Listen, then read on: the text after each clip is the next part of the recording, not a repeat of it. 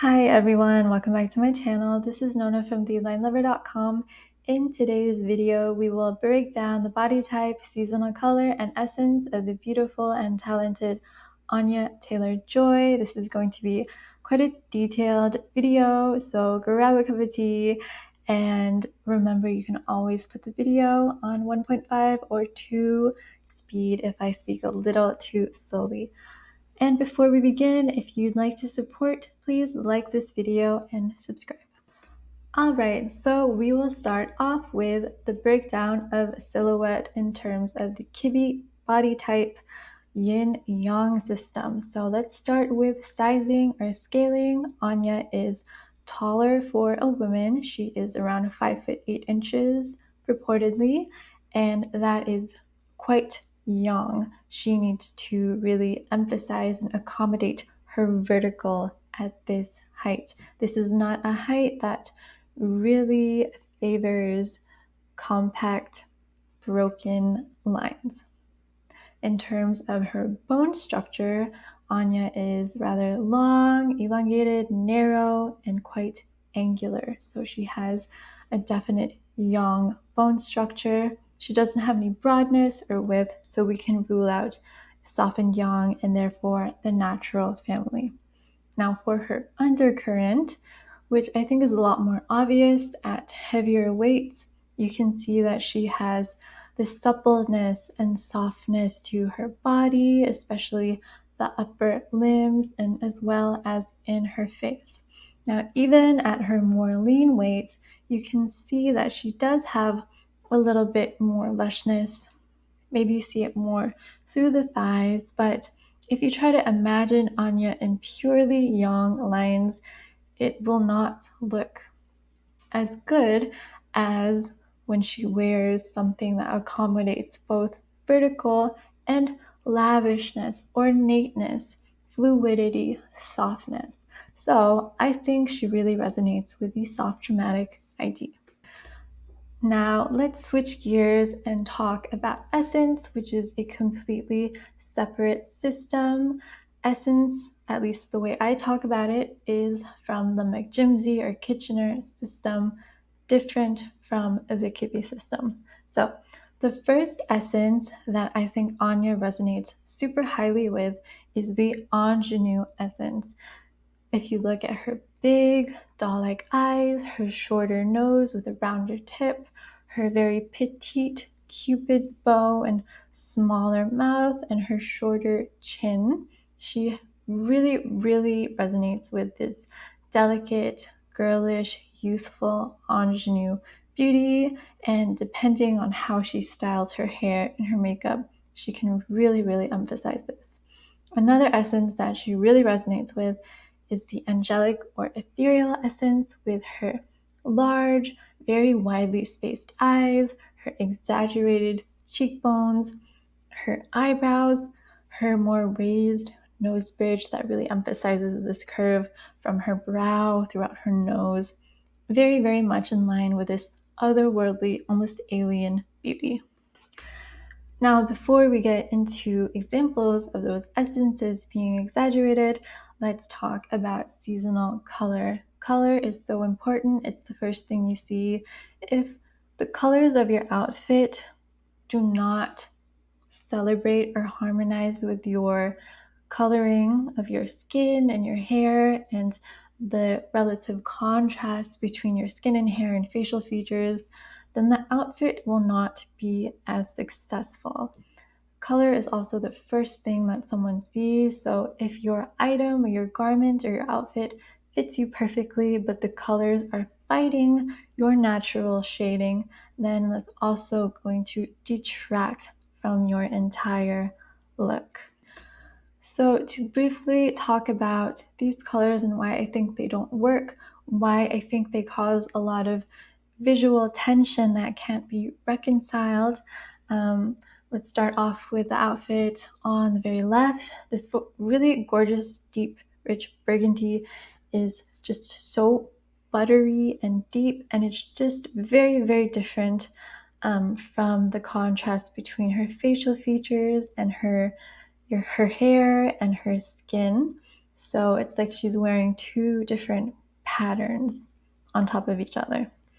On the left from there, we have this very bright, vivid, bold striped jacket on top of this softer combination with these lighter blues and this white. And you also have the very high contrast between her skin, her hair, and her lip color. So we just have a lot going on. We have a lot going on here with this bow dress. It's just, again, two different patterns. We have a very springy and light color combination on this dress, and a very different story when it comes to her hair, her lipstick, and her makeup. And here we have this very vivid purple. I think it's a little overwhelming next to her more soft skin color and facial features. And even when she wears her hair very dark, it's just not enough to overcompensate for this bright, bright, deep purple. Now, instead of those colors, I think Anya shines and looks so beautiful in colors that really embrace her natural shading, the qualities of her color. And to clarify, I like to use the 12 season color system. So we have all 4 seasons broken down further into 3 different variations, and they all have different color prioritization. So I think Anya is a light summer, and that prioritizes her most dominant color quality, which is low contrast. She has low contrast between her hair, her skin, and her overall features. Her coloring naturally is not super striking. I think Anya is a natural blonde, and if you look at her without makeup, low contrast beauty. And she is also cool tone. She has this beautiful kind of beigey rose undertone to her skin, and she looks best with a cool ashy quality to her hair. So here are some colors from the Light Summer palette. Light summer is in between spring and summer, and if you're interested in the seasonal color system, I do offer some guidance on that. You can check out my site. But the big idea is that these colors really celebrate her natural shading or her natural qualities. They emphasize them further so they look more harmonious. You see her and you see her look instead of seeing them as two separate entities.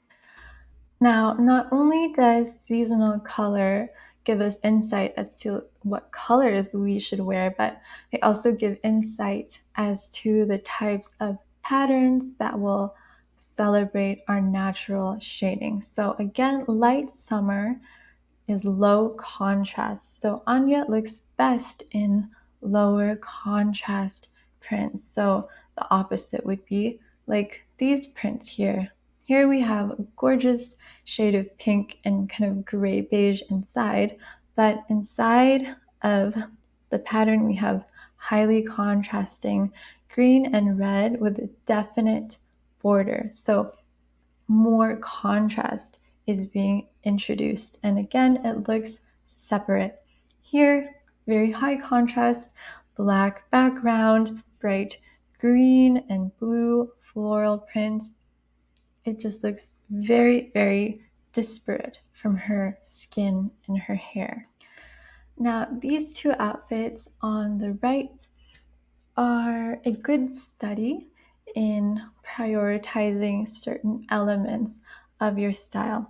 So some might say that this orange is a little too bright for her, but because this dress is a solid color and you have matching colored sandals, and the dress and sandals are both so perfect for her ingenue essence, you see this dress a little bit more harmoniously than you would see some perfectly colored dress with more disparate elements.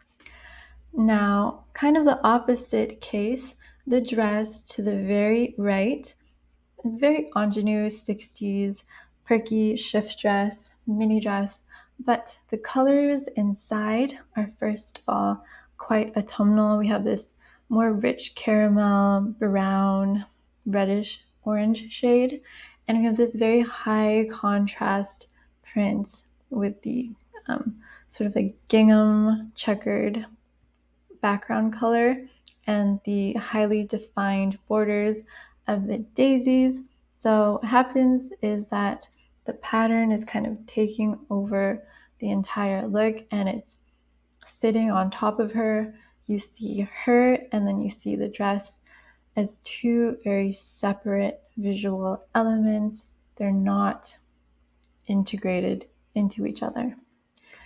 Here, I just wanted to give some examples of some darker hair outfits, and even with this darker hair, which is a very high contrast between her skin, I don't think these darker high contrast prints are any more visually integrated. So again, lots of very contrasting borders here, and we're also seeing a lot of compact or shortened broken elements to these outfits to the very left and right as well. Now in the center, this dress fits her beautifully, but I do think this green is a little bit too icy or frosty for her more soft and slightly warmer, relatively warmer shading, because remember, light summer is in between warm spring and cool summer, and this dress is just kind of like dead set in the winter. It's just very, very icy. All right, so now that we've got color out of the way, let's just appreciate some highly stylized ingenue looks. So again, her doll-like features are really being exaggerated with this type of makeup and this type of styling. It's a lot more girlish and delicate and playful. And if you want to study two other women who have a similar kind of essence, as well as also being taller, you can study Gemma Ward and Lily Cole. They also have this ingenue, alien-like beauty to them, and they're also much taller than Gimmeens or romantics, who I guess the general public tends to associate with the ingenue essence, but you can have any essence regardless of your most resonant body type or ID. Now here is very, very different styling, but still very beautiful styling. Here is Anya really leaning into that gorgeous, elegant, ethereal, angelic beauty, along with more of that lushness and regal kind of beauty associated with soft, dramatic styling. So a more restrained color palette really helps this angelic beauty blossom. A little bit of shimmer or metallic, something iridescent, helps give this feeling of otherworldly effervescence and that royal glow. She just looks absolutely beautiful and almost like a completely different person compared to her very ingenue-like styling.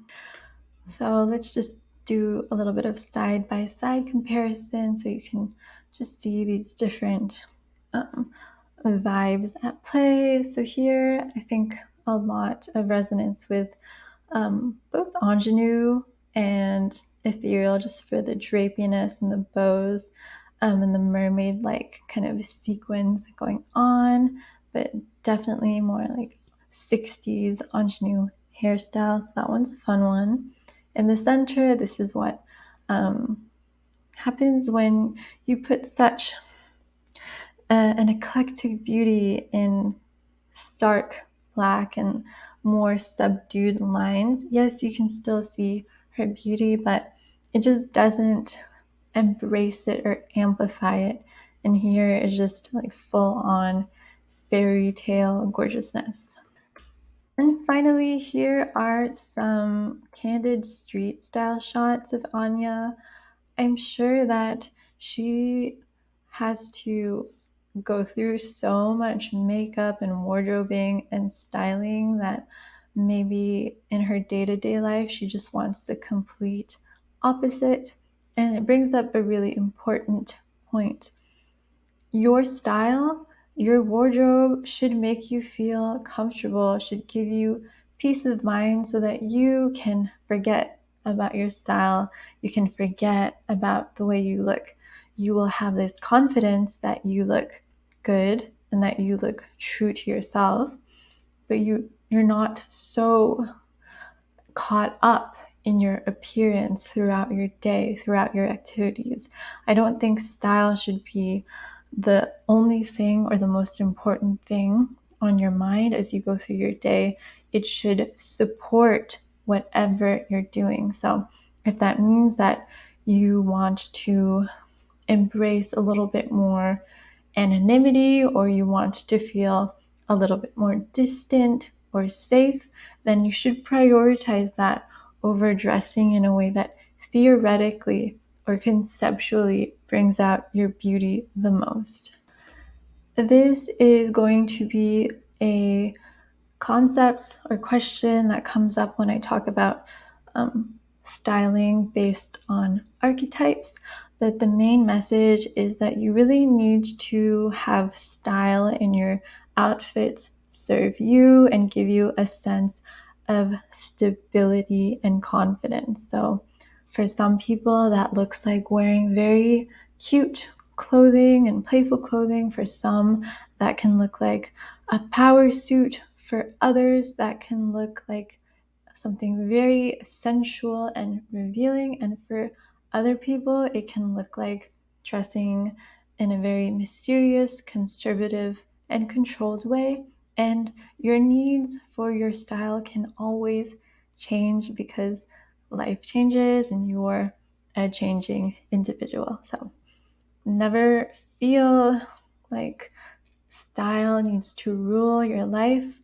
You are the one who prioritizes how you want to present yourself to the world. So that was it for this video. I will see you in the next one, and I am working on my archetypes styling material, so I'm super excited to get that out.